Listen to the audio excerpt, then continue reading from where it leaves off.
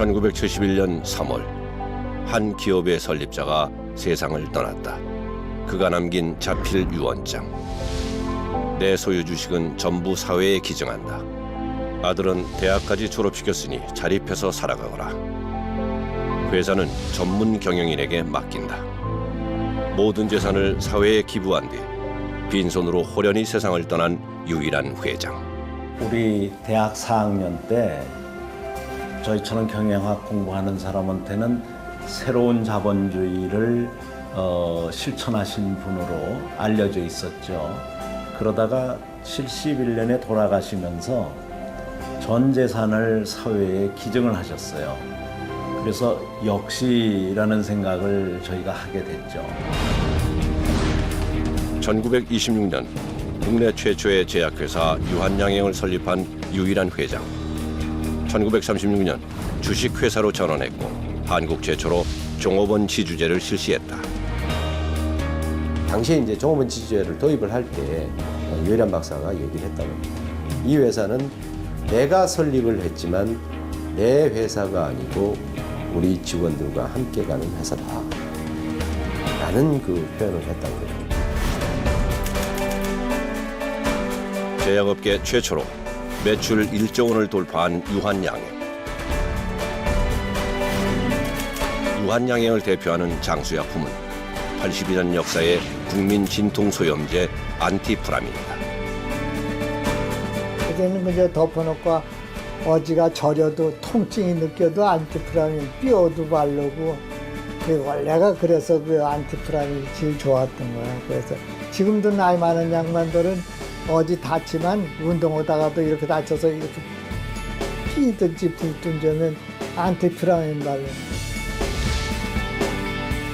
일제강점기 시절 유일한 회장은 민족의 생존과 민족혼의 부활은 국민 건강에 있다는 신념으로 의약품 기업을 일군다. 국민 건강에 평생을 바치고 빈손으로 떠난 기업가 유일한 회장.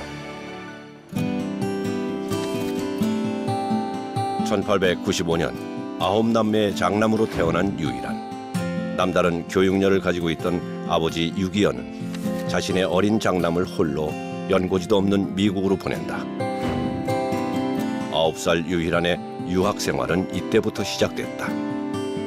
9살짜리가 유학을 하는데 그 당시는 이제 1904년에 러일 전쟁이 발발하게 됩니다. 그래 그 아버지 유기현 씨가 평양에서 장사를 크게 하고 있었거든요. 그런데 이 8남매 중에 이게 잘못하면 다 전쟁통에 다 죽게 생겼다. 그래서 우리 장남이라도 미국으로 보내서 공부를 좀 시켜야겠다. 우수한 학업 성적은 물론 외국인 친구들과 견주어도 뒤지지 않는 체력까지 겸비하며 미국 생활에 적응해 나갈 무렵 뜻밖의 이름이 바뀌는 일이 생긴다. 원래 이름은 유일한이 아닌 유일형. 배달원 자리를 구하러 간 신문 보급소에서 직원이 유일형을 유일한으로 잘못 표기하는데 이때 조국을 잊지 않겠다는 마음으로 아예 개명을 결심한다. 한국 사람이다. 그러니까 하나의 한국 사람. 일한으로 내 이름 고치겠다. 이 어린 나이에 그 생각이 들어.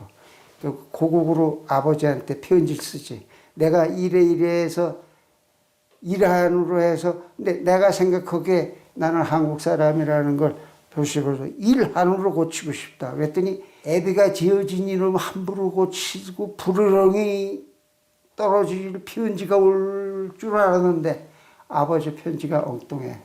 네 말을 듣고 보니까 참 기특하다.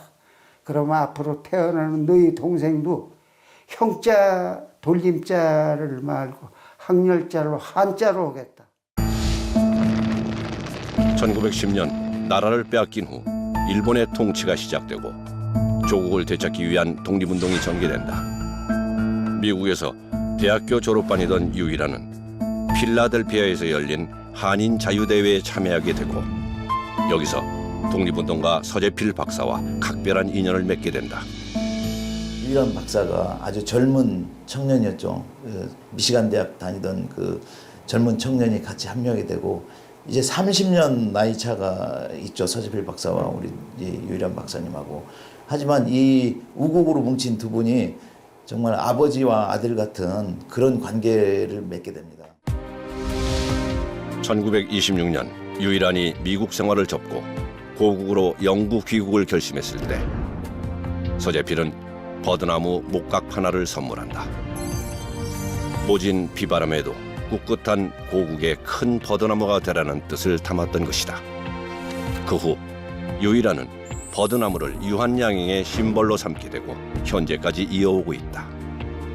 서재필 박사께서 딸이 이 조각가였거든요. 스테파니라고. 그래서 딸한테 이 조각을 부탁을 해서 이 버드나무 목각판을 선물하게 됩니다. 근데 그 뜻은 그 유 씨의 그 버드나무 유자를 따서 이 민족의 백성들이 편히 쉴 수 있는 그늘이 되어라. 굉장히 좋은 뜻을 담고 있죠. 고국으로 돌아오기 전 유일한은 미국에서 뛰어난 수완을 가진 청년 사업가였다. 대학 졸업 후 숙주나물 장사를 시작한다. 미국인에게 생소한 식재료인 숙주는 미국에 거주하는 중국인들에게는 필수 식재료였다. 유일한이 재미 중국인을 상대로 숙주 장사를 시작한 데는 유학 시절 반려자로 만난 아내의 영향이 컸다. 중국 출신 소아과 의사인 아내 호미리 여사는 훗날 유일한 회장의 든든한 버팀목이 된다. 미시간 대학에 다닐 때 그 한중 학생회를 조직하게 됩니다.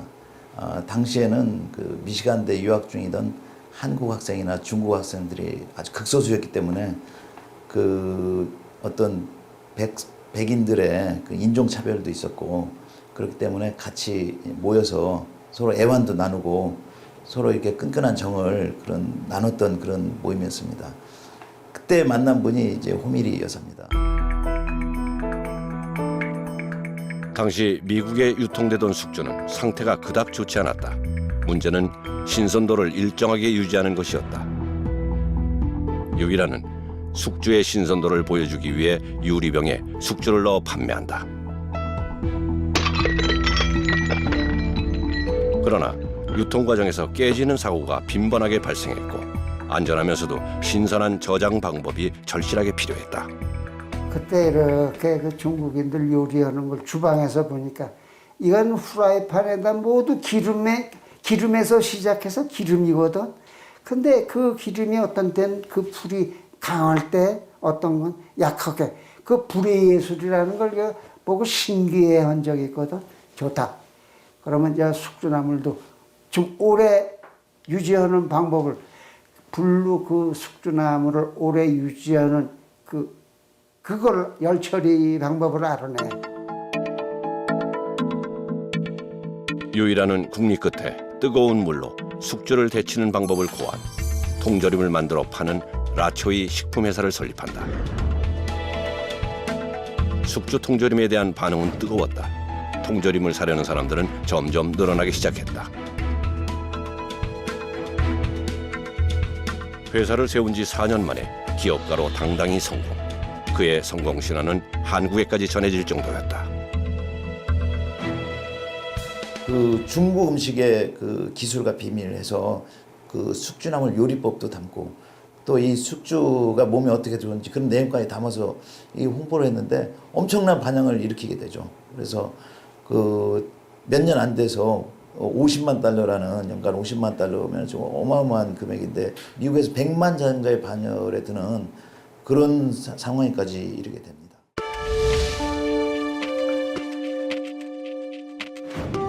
숙주 사업이 번창하던 어느 날 녹도를 구하기 위해 고국을 방문하게 된 유일한. 21년 만에 찾은 조국의 모습은 그에게 충격 그 이상이었다.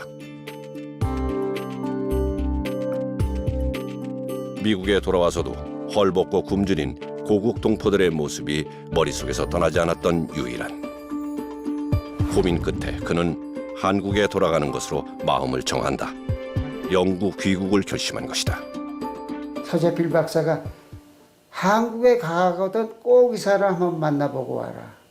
근데 에디슨이 뭐라 그러냐, 너도 한국에 돌아와서 너희 조국을 위해서 공부를 그만큼 선진문물을 배웠으면 가난한 후진국 조국을 위해서 너 와서 일을 해야지. 너 미국에서 계속 살 거냐? 미국 시민 될 거냐? 유이라는 결심이 확고해지자 라초이 식품회사를 친구에게 모두 넘긴다. 그리고 전 재산으로 한국 사람들에게 필요한 약을 구매한다. 한국을 떠난 지 23년 만인 1927년 2월 아내와 함께 귀국한 유이라는 같은 해 4월 유한양행을 설립한다.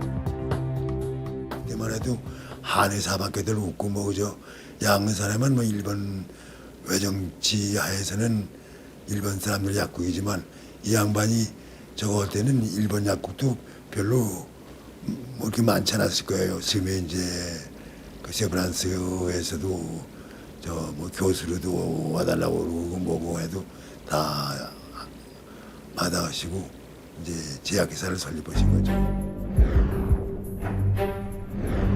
1920년대 후반 우리 국민들은 약에 대해 무지했다.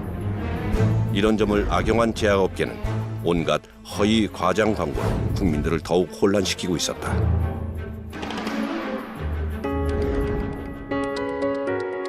이때 등장한 유한양의 약품 광고는 구체적인 질환과 효능을 명시해 기존 제약회사들과는 극명하게 달랐다. 또한 의사는 당신의 친우라는 계몽을 전개하면서 약을 복용할 때는 의사와 문의하라는 문구를 처음 도입하기도 했다. 제약회사들이 머리를 써서요. 무슨 약이 하나 넣으면 만병통치약이 나왔다. 또는 이게 이제 다른 또 회사 제품이 좋다는 얘기가 들리면은 A라는 회사에서 만든 제품은 다 가짜다. 그리고 그 회사보다 우리 약이 더 효과가 떨어지면 그 다 환불해주겠다. 뭐 이런 식의 정말 지금 생각하면 말도 안 되는 그런 광고들이 난무해 있었습니다. 1931년 만주 사변이 일어난 후 기업들은 앞다퉈 만주 시장에 뛰어들기 시작한다. 만주로 시장 조사를 나갔던 직원은 유일한에게 마약 성분이 든 약을 팔자고 제안한다. 규제도 없었던 시절 다른 제약회사들은 마약 성분이 들어간 진통제를 팔고 있었다. 기업의 배를 불리기 위해 국민 건강을 저버린다는 것을 추워도 용납할 수 없었던 유이라는 직원에게 크게 화를 낸다. 그때 뭐 굉장했다고 그러는데 그거 허자고 그랬다가 그 사람도 무슨 뭐 마약도 약이니까 그걸 처방할 수 있는 정도의 약일 때 그런 의견을 냈을 텐데 그때 그렇게 의견 내거든 아주 나가라고 그러고 뭐 회장님이 굉장히 야단치셨다는 그런 얘기도 듣고 있어요. 저희가 볼 때는 말이죠.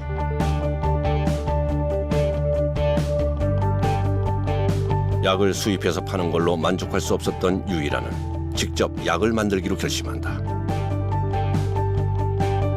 학술과라는 새로운 부서를 만들어 약 생산에 박차를 가한다. 이때 만들어진 자체 개발 의약품 1호가 유한양행의 상징이 된 안티프라민이다. 반대라는 뜻의 안티에 염증을 일으키다는 뜻의 인플레임을 합쳐 발음하기 좋게 바꾼 것이다.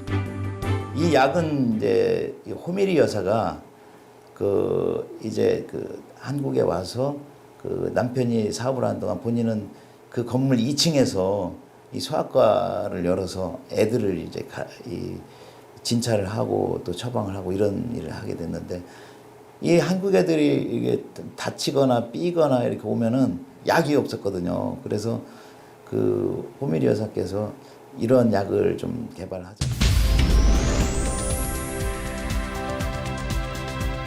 용기 뚜껑에 간호사 그림을 새겨넣어 가정상비약이라는 이미지를 부각. 아파도 치료를 받을 수 없던 가난한 시절이었기에 저렴한 가격에 출시, 의약품 사용을 생활화했다. 50년 넘게 약방을 운영해오고 있는 팔순의 약사. 안티프라민은 예나 지금이나 서민들의 가정 상비약이라고 말한다. 아, 여기서 농사꾼들이 돼서 이 흙이 묻으면은 발이 터요.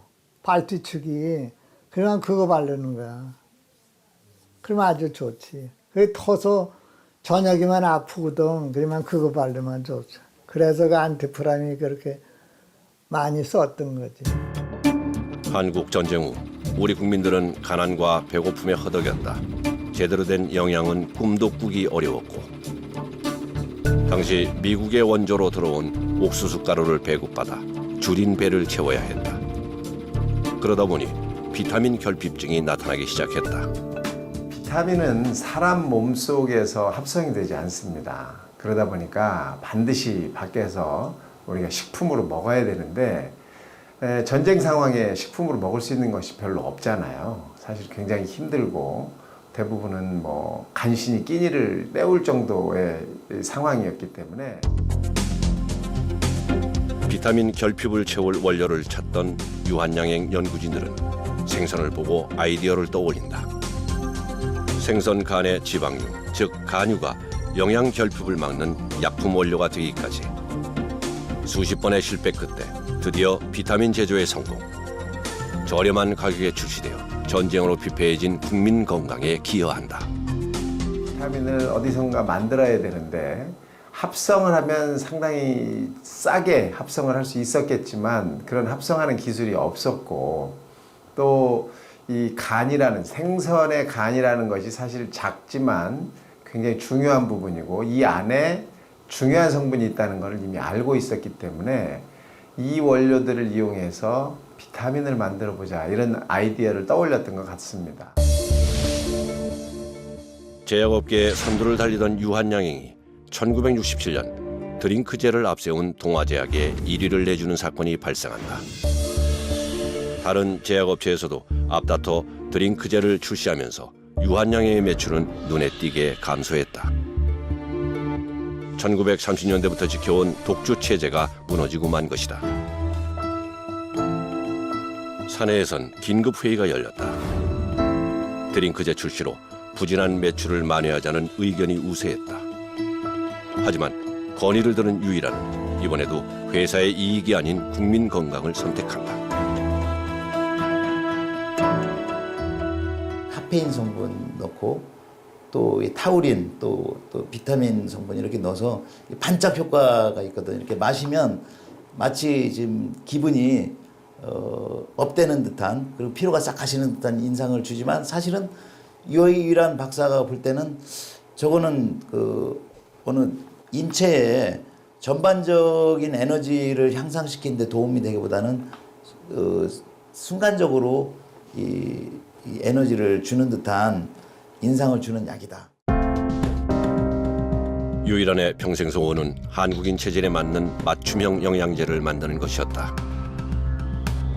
먹을 것이 부족했던 시절 곡물 위주의 식생활을 하는 통에 비타민 B 섭취량이 절대적으로 부족한 한국인에게 특화된 영양제를 개발하는 데 더욱 주력한다. 특별한 사명감으로 매달린 끝에 양질의 비타민을 서민들이 복용할 수 있는 시대를 열게 된다. 우리 어머니가 좀 건강이 안 좋으실 때 소화제 대신으로 드시는 기억도 있고 아로나민 골드하고 그 출시 연도가 같아요. 이게 동시에 나왔어요. 같은 해. 그래서 지금도 그 두 제품이 살아 있는데 좀 집에 뭐 이게 안티프라민 정도 상비약은 아닌데 조금 잘 사는 집에는 영양제로 그냥 원기소 뭐 이런 식으로 먹듯이 그렇게 같이 먹었던 걸로 그러니까 어머니 경대 앞에는 그게 있었던 거예요.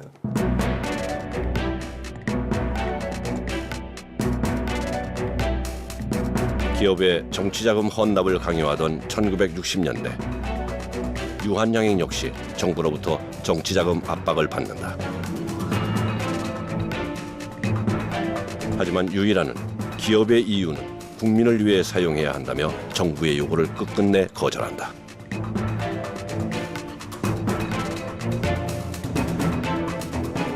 정치권에서 유한양으로부터 이제 정치자금을 많이 이제 요구를 했다고 그래요. 그 이유는 우리가 1960년대 중후반에 우리나라의 30대 기업의 랭킹을 보면 유한양행이 거의 한 20위 정도에 올라 있습니다. 그 제약회사들이 당시에는 굉장히 우량 회사들이 많았고, 그 약이라는 것은 이제 언제든 잘 팔리는 거니까 또 이익도 많이 납니다 이런 게 알려지면서 뭐 외부에서 손 벌리는 곳이 굉장히 많았다고 그래요. 1967년 기업들의 거액 탈세가 들어가면 사회적인 문제로 불거진다. 정치자금 거절 건으로 세무감찰의 표적이 된 유한양행. 그러나 20일 동안의 세무조사 기간에 한치의 부정도 발견되지 않는다. 이 사건으로 유일하는 도리어 모범 납세자로 선정, 동탑 산업 훈장을 받게 된다. 국장한테 이제 보고를 했죠. 여기는 탈취 사실이 적발되지 않는다. 그런데 대개 해보면 압니다. 일주일 가서 이렇게 기초조사를 해보면은 그 길이 열리거든요. 그런데 더 해봐야 별 소득이 없을 것 같습니다. 거기 제가 알기로는 좀 며칠 일찍 철수한 걸로 기억합니다. 1966년 유일한의 나이 71. 유한양행도 새로운 주인을 염두에 두어야 할 시기가 왔다. 미국에서 변호사를 하고 있는 유일한의 아들 유일선이 후임자로 거론되었다. 경영 경험이 없는 아들에게 기업을 맡기는 것이 탐탁지 않았던 유일한. 해외의 2세 경영 사례 분석을 토대로 한 임원들의 설득 끝에 결국 아들의 부사장 취임을 허락한다. 유일선 씨는 법관 출신이 기업에 와가지고 기업은 해반 사람이 기업을 하는 거예요. 아버님이 그 사람을 데려오는 걸 반대한 것이 법관이기 때문에 기업은 기업 해반 사람이 해야 되는 거다 말이야. 근데 임원들이 곧 회장님 돌아가시면은 모셔와야 된다고 그러는데 거기 반대했다 만약에 돌아가신 다음에 그거는 답답하게 날 거 아닙니까?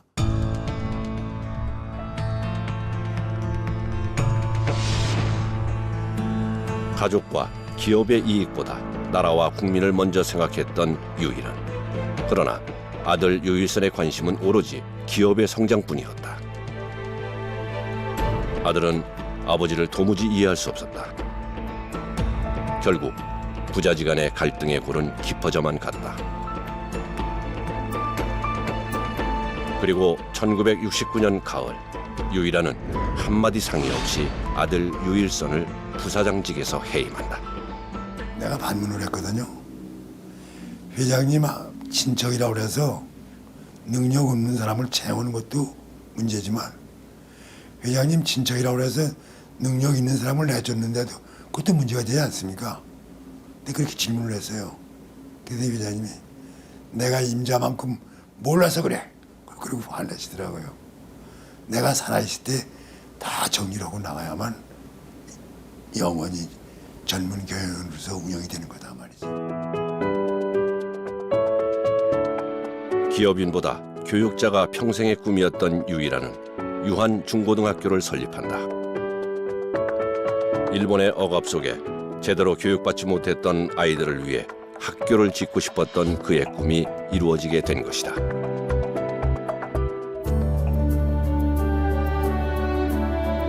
유한 동산에는 결코 울타리를 치지 말고 학생들이 마음대로 드나들게 하여 어린 학생들의 티 없이 맑은 정신을 지하에서나마 더불어 느끼게 해달라.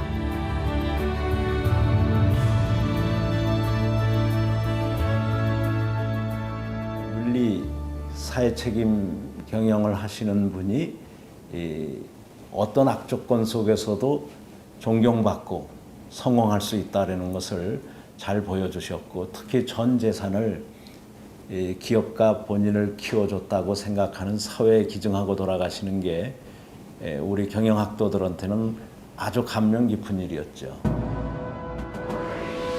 라면 한 봉지에 20원 하던 시절, 36억 원의 재산을 가졌던 기업가. 하지만 부의 대물림을 과감히 포기한 그의 결심.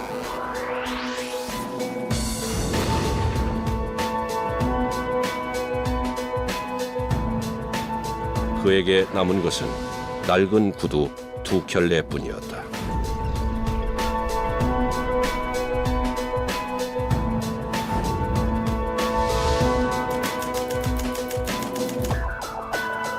유일한 회장의 빈손. 그가 우리에게 남긴 건 참 기업인의 양심이 아닐까.